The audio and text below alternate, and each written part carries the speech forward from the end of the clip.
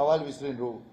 ఇవాళ రైతులని రుణమాఫీ చేస్తామని రైతులను మోసం చేస్తేవి, రైతు భరోసా 15,000 ఇస్తామని రైతులకు మోసం చేస్తేవి, 2,500 ఇస్తామని మహిళలకి మోసం చేస్తేవి, కొత్తగా పెళ్లి చేసుకున్న ఆడబిడ్డలకి తులం బంగారం ఇస్తామని మోసం చేస్తేవి, ఇవాళ తాతలకి అవ్వలకి 4,000 రూపాయల పెన్షన్ ఇస్తామని మోసం చేస్తేవి, వికలాంగులకి 5,000 రూపాయల పెన్షన్ ఇస్తామని మోసం చేస్తేవి, ఇవాళ యువకులకి జాబ్ నోటిఫికేషన్ ఫస్ట్ వీక్ లోనే ఇస్తామని చెప్పి మోసం చేస్తేవి.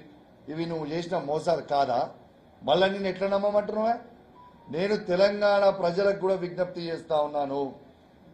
బాజాబ్తు రేవంత్ రెడ్డి గారు అసెంబ్లీలో ఈడ బహిరంగ సభలలో మాట్లాడుతా ఉన్నాడు. ఏమని మాట్లాడుతున్నాడే? ఇవాళ నేను 6 గ్యారెంటీలు అన్ని అమలు చేసిన అంటున్నాడు. అమలు చేసిండా? మీ గుండె మీద చేసుకొని మీరే ఆలోచన చేయండి. ఇలా రైతు భరోసా అమలు చేసిండా? ఇవాళ రైతు రుణమాఫీ అమలు చేసిండా? ఇవాళ మహిళలకి 2,500 ఇస్తానని అమలు చేసిండా? ఇవాళ కొత్తగా పెళ్లి చేసుకున్న జంటలకి తులం బంగారం ఇస్తానని అమలు చేసిండా? ఇలా తాతలకి అవ్వలకి ఇంట్లకి 2 పెన్షన్లు ఇస్తాడు 4,000 అమలు చేసిండా? ఇలా యువకులకి రాగానే జాబ్ నోటిఫికేషన్ 2 లక్షల మందికి జాబ్ నోటిఫికేషన్ ఇస్తాడు అమలు చేసిండా? ఒక్కసారి మీరు ఆలోచన చేయండి. ఇలా కర్ర కాల్చి వాత పెడితేనే ఈ పార్లమెంట్ ఎలక్షన్లలో ఇవన్నీ అమలు అవుతాయి. లేకుంటే ఇవి అమలు కావు. రేపు మిమ్మల్ని మోసం చేయడానికి రెడీగా ఉన్నాడు. మళ్ళా ఇవాళ సింపుల్ బై నేను సింపుల్ సవాల్, మీరు ఏ ఫార్మాట్లు అడిగితే ఆ ఫార్మాట్లో హరీష్ రావు గారితో ఆ ఫార్మాట్లో రాజీనామా చేయించే బాధ్యత నాది. కోమటిరెడ్డి వెంకటరెడ్డి గారు మీకు సవాల్ విసురుతున్నా. మీరు ఏ ఫార్మాట్లో రాజీనామా చేయించామంటే ఆ ఫార్మాట్లోనే హరీష్ రావు గారితో రాజీనామా చేయించే బాధ్యత నాది.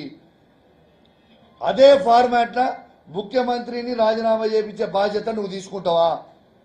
ఈ సవాల్ని నువ్వు స్వీకరిస్తావా చెప్పు. నేను స్వీకరించడానికి నేను రెడీగా ఉన్నా. నా సవాల్ని నువ్వు స్వీకరించడానికి రెడీగా ఉన్నావా? మీరు ఖచ్చితంగా ఈ రాజీనామా లెటర్ ఇచ్చిన తర్వాతనే ఈ పార్లమెంట్ ఎలక్షన్లకి మీరు ఓట్లు అడగాలి. లేకుంటే మీరు ఓట్లు అడగొద్దు. దయచేసి మీకు దండం పెట్టి చెప్తా ఉన్నా, తెలంగాణ ప్రజల్లారా, ఇప్పటికే ఆయన చెప్పిన మాటలు విని మనము అసెంబ్లీ ఎలక్షన్లలో మోసపోయినాం. ఈ పార్లమెంట్ ఎలక్షన్లలో దయచేసి మోసపోవద్దు. మీకు ఇంకోటి కూడా చెప్పాలా, ఇవాళ సంచలనమైన న్యూస్ చెప్తే ఇప్పుడు రాసుకోరు. ఇదిగా ఇప్పటిదాకా నేను కేసీఆర్ గారికి, కేటీఆర్ గారికి, హరీష్ రావు గారికి కూడా చెప్పలే. ఈ వేదిక మీద ఉన్న వాళ్ళందరూ కూడా ఎవరికి నేను చెప్పలే. ఇప్పుడు మీతోనే చెప్తున్నా. కోమటిరెడ్డి వెంకటరెడ్డి నాకే ఒక మనిషిని నా దగ్గరికి పంపించిండు. నాతో 22 మంది ఎమ్మెల్యేలు ఉన్నారు.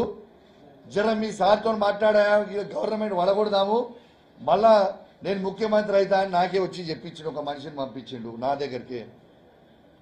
కానీ నేను ఈయన నమ్మలే. నేను కనీసం కేసీఆర్ గారికి, కేటీఆర్ గారికి, హరీష్ రావు గారికి నేను ఎవరికి చెప్పలే. ఎందుకంటే ఈయన మీద నమ్మకం లేదు. ఈయన పిచ్చోడు, రూమ్ ఒకటి మాట్లాడతాడు, రూమ్ బయట పోగానే ఇంకోటి మాట్లాడతాడు. మాకు ప్రజలు ప్రతిపక్ష హోదా ఇచ్చిర్రు, మిమ్మల్ని ప్రశ్నించమనే ఇచ్చిర్రు. కాబట్టి ఆ నమ్మకం మా కేసీఆర్ గారు అదే చెప్తున్నారు. కాబట్టి నేను ఖాళీ కూడా వాళ్ళకి చెప్పలేదు. నేను నిజంగా చెప్తా ఉన్నా, ఈ కోమటిరెడ్డి వెంకటరెడ్డి గారికి ఖచ్చితంగా మెంటల్ హాస్పిటల్ తీసుకుపోవాల్సిన అవసరం ఉన్నది. ఎందుకంటే ఆయన మానసిక పరిస్థితి మంచిగా లేదు. అసెంబ్లీకి వస్తాడు, మందు దాకా వస్తాడు. ఇది నిజం నేను చెప్పింది. కాంగ్రెస్ పార్టీ వాళ్ళనే అడుగురు మీరు. అసెంబ్లీకి వస్తాడు, మందు దాకా వస్తాడు. మొన్నటిదాకా పార్లమెంట్ వేయడు, మందు దాకా వస్తాడు. ఏం మాట్లాడుతాడో ఆయనకే తెలియదు. నేను హరీష్ రావు గారి మీద ఆయన విమర్శించిన తీరు నేను తీవ్రంగా ఖండిస్తా ఉన్నాను.